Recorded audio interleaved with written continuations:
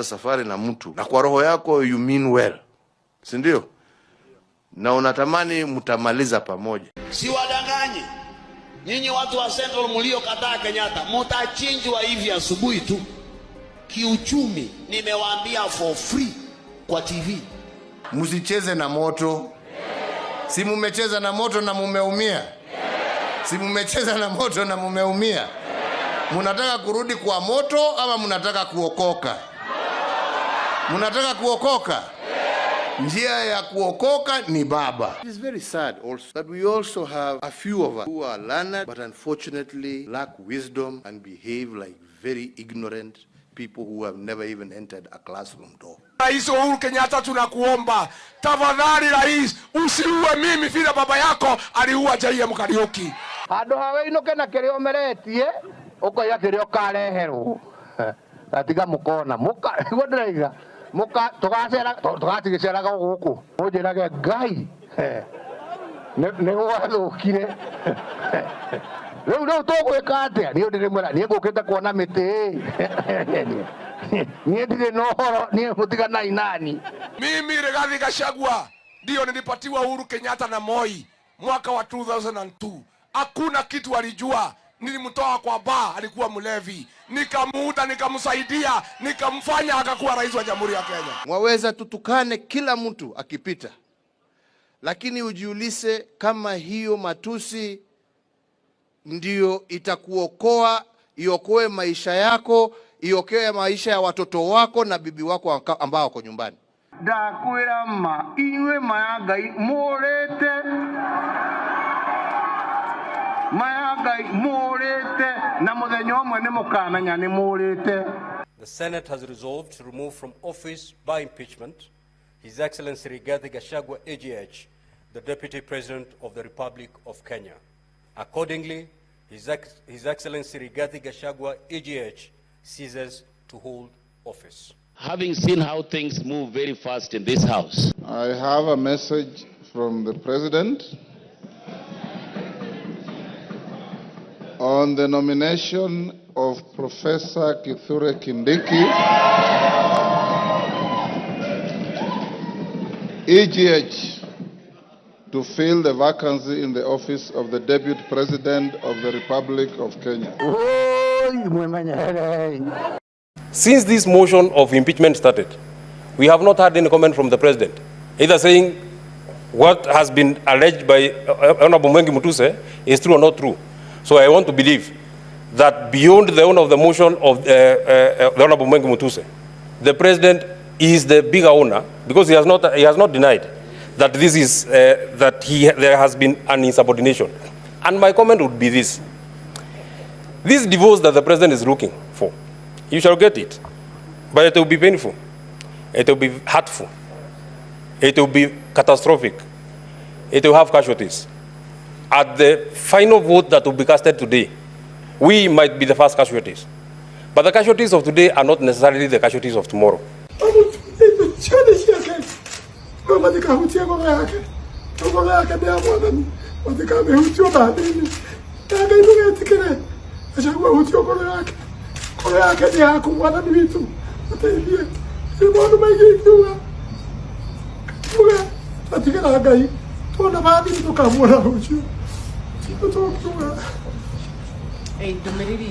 I am telling my people and the country, let me talk to the people. You don't have to stop me talking to the people.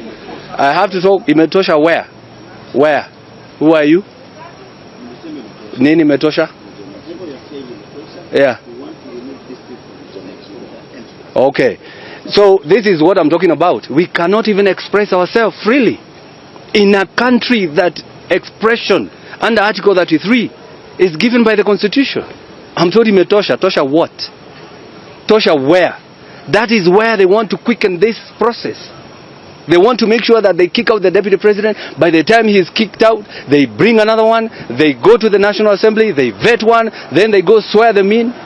Is this a country that we have a constitution? Is this a country that we have a constitution that we passed in 2010? That is the question. Wenzangu wa Bungoma, msicheze na moto. Si mumecheza na moto na mumeumia? Si mmecheza na moto na mumeumia? Munataka kurudi kwa moto ama munataka kuokoka? Munataka kuokoka? Njia ya kuokoka ni baba. Nawaambia. Njia ya kuokoka ni nini? Njia ya kuokoka ni nini? Afadhali mzee ambaye ni mtulivu, ambaye hana haja ya kujaza mifuko yake, ambaye atachunga masilahi ya watu yake, badala ya mdomo tamtamu tamtamu tamtamu tamtamu. Lakini akiingia ni wale wa kufanya moja yako, nusu ya mwananchi, mbili yako na tano yangu. Na mnawajua nyinyi, mnawajua. Kwa sababu kama sio hiyo shida, kama sio hiyo shida, hii factory leo ingekuwa mara 20 ya ile iko leo. Mtu ambaye hana, si mumeona vile mimi nimekimbizwa na mtu ambaye hana haja na kazi? Nimekimbizwa mpaka nimetoa jasho, mpaka baba amekuja kuniokoa upande mwingine.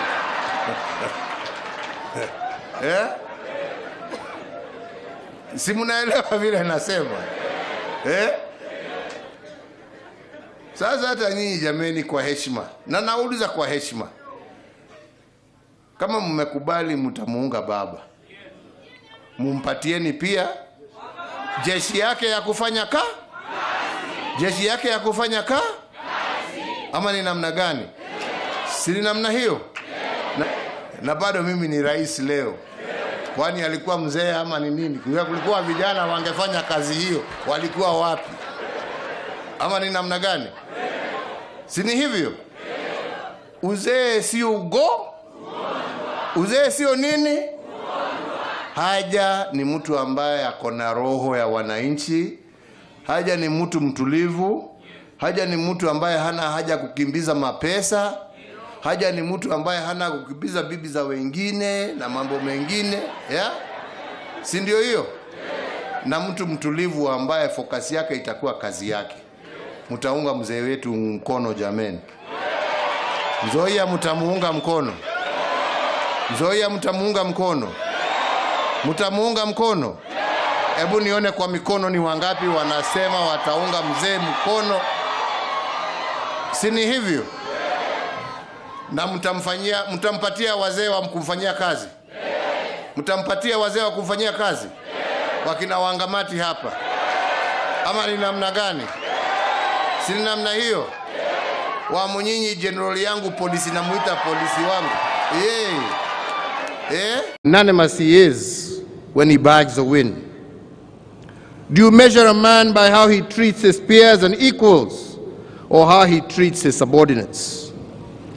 Do you measure a man by what he started or by what he finished? Do you measure a man by how he handled his finest moments or by how he handled his lowest moments? If you want to know the true measure of a man, watch what he does with power, how he handles his opponents, how he treats his wife and family, and what he does with his influence.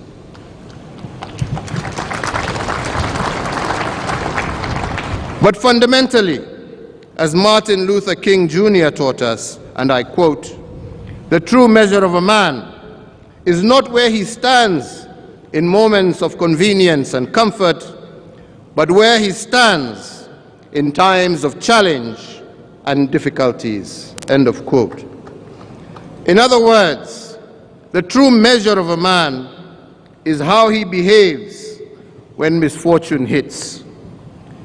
And the question before us today, who was Kibaki the man? How do you measure a man who was sworn in as president in a wheelchair? How do you measure a man who suffered ill health during his first year of his presidency, and in his lowest moments, he did not give up, but he soldiered on? How do you measure a man under whose watch Kenya experienced our darkest moment in 2007, Yet in this moment, President Kibaki shook the hand of his opponent and invited him to form government with him on a 50-50 basis, despite opposition from some of his own supporters. Kibaki, the man, had an incredible gift of tolerance. He had the ability to take in pressure and pain without showing distress. And this is why he was known as a man of few words. From his 50 or so years of active politics, he learned not to rush into judgment and decisions. He learned to lay in wait until the swollen river had found its course. When moments were dark, he chose to be the light. When reason was scarce, he became the voice of reason. And when hope was down, he encouraged us all to exercise the gift of long-suffering. And if a man is not measured by what he started, but by what he finished, then the record must reflect that the Honorable Mwai Kibaki finished very strong.